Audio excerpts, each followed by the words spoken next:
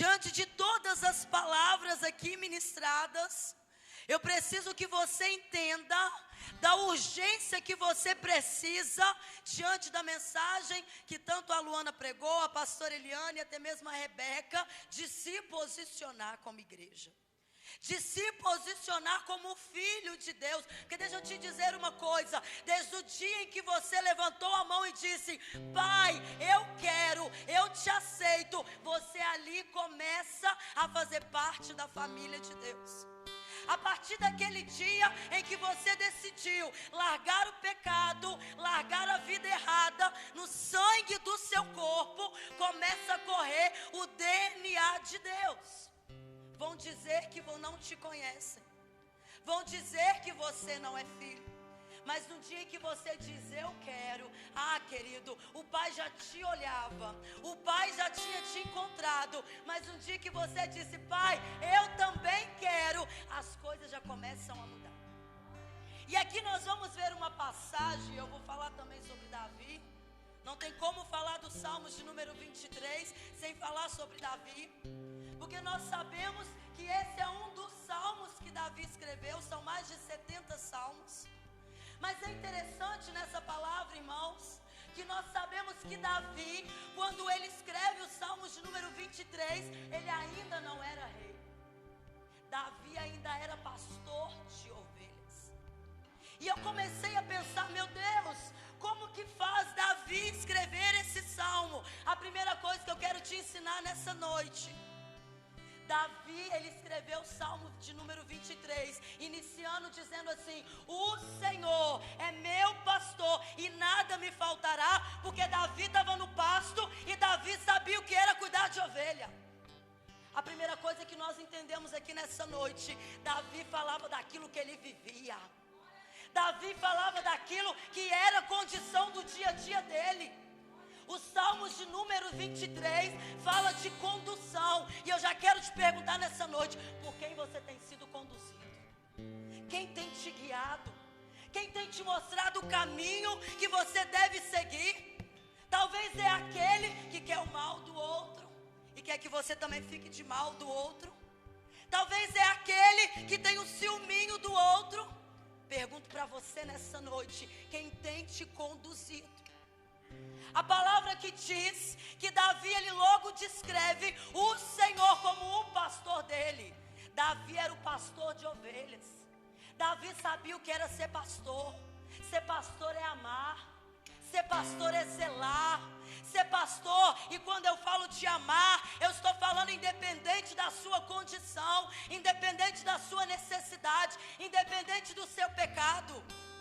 Talvez você está aqui nessa noite e você está falando assim: meu Deus, tudo que a pastora Eliane pregou é comigo, tudo que a Luana pregou é comigo, tudo que a Rebeca pregou se encaixa comigo, acho que alguém contou minha vida para ela. Querido, Deus está dizendo o seguinte: eu, o Senhor, sou o seu pastor, e por eu ser o seu pastor, nada vai te faltar, independente da sua necessidade, independente do seu pecado. Se Ele te trouxe aqui hoje, é porque Ele quer te permitir você se consertar e enxergar Ele como o verdadeiro pastor. O pastor, meu querido, é aquele que sabe aonde a sua ovelha está. O pastor é aquele que ele ama tanto, mas tanto, que ele consegue largar 99 lá no monte e ele vai atrás daquela uma que se perdeu. Quantas vezes nós estamos na igreja, até mesmo pessoas religiosas, estamos na igreja e o irmão sai: ele não quis compromisso com Deus. Ei, Deus está te chamando para ser pastor também. Vai atrás, porque aquela vida precisa. Vai atrás de alguém, porque aquela alma, querida, é alma. É alma. E às vezes a gente simplesmente fala assim: não queria compromisso. Ei, Davi sabia do que ele estava falando. Davi sabia do que era cuidar de ovelhas. Ei, eu não posso permitir que nenhuma se perca. Opa, peraí, não, mas pastora, como que pode aquele homem conseguir entender que eu largo 99 e vou atrás de uma? Sabe por quê? Pastora, mas as 99 podia dispersar. Não, não se dispersava, querido. Não vai se dispersar, porque quando você vai atrás de uma, o próprio Pai está cuidando das 99. Quando você vai atrás de uma, o próprio Pai está cercando, está zelando. Essa é a característica de um pastor. E Davi sabia o que era ser um pastor.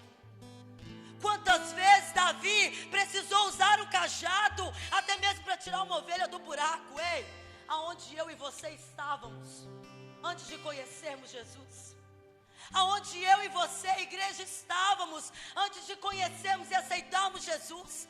Talvez você, como eu, estava numa cama, até mesmo depressiva, julgada.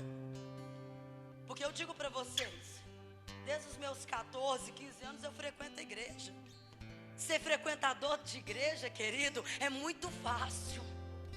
Mas ser convertido e reconhecer o sangue, e reconhecer que eu tenho que mudar de vida é diferente.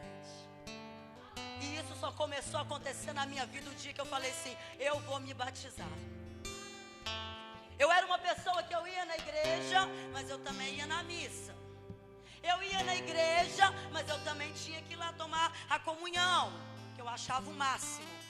Mas não imaginava eu o peso que existia sobre aquilo na minha vida. E um determinado dia eu precisei escolher. Não é tempo mais de ficar em cima do muro. Ou você é da direita ou você é da esquerda. Não é tempo mais de você ficar em cima do muro. Ou você é quente ou você é frio. Porque morno, meu querido, não vai herdar o reino dos céus. E eu me disse assim: meu Deus, eu não posso ser morno.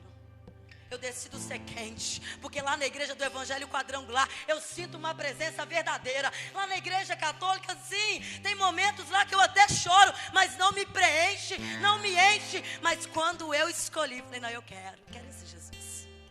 Eu vou fazer todo o processo que for necessário. Vou batizar nas águas, vou fazer isso, vou fazer aquilo, vou dançar. Do dia que eu decidi me posicionar, querido, o dia que eu entendi verdadeiramente quem era o meu pastor, nada mais me faltou. Não faltou alegria, não faltou riso. Quando eu falo de faltar, não é só necessidade física. Então Davi, querido, ele sabia o que era pastorear. Davi sabia o que era dar a vida. O que é que Jesus fala lá no livro de João? O bom pastor, ele dá a vida pelas suas ovelhas. E não ficou simplesmente no ensinamento, não.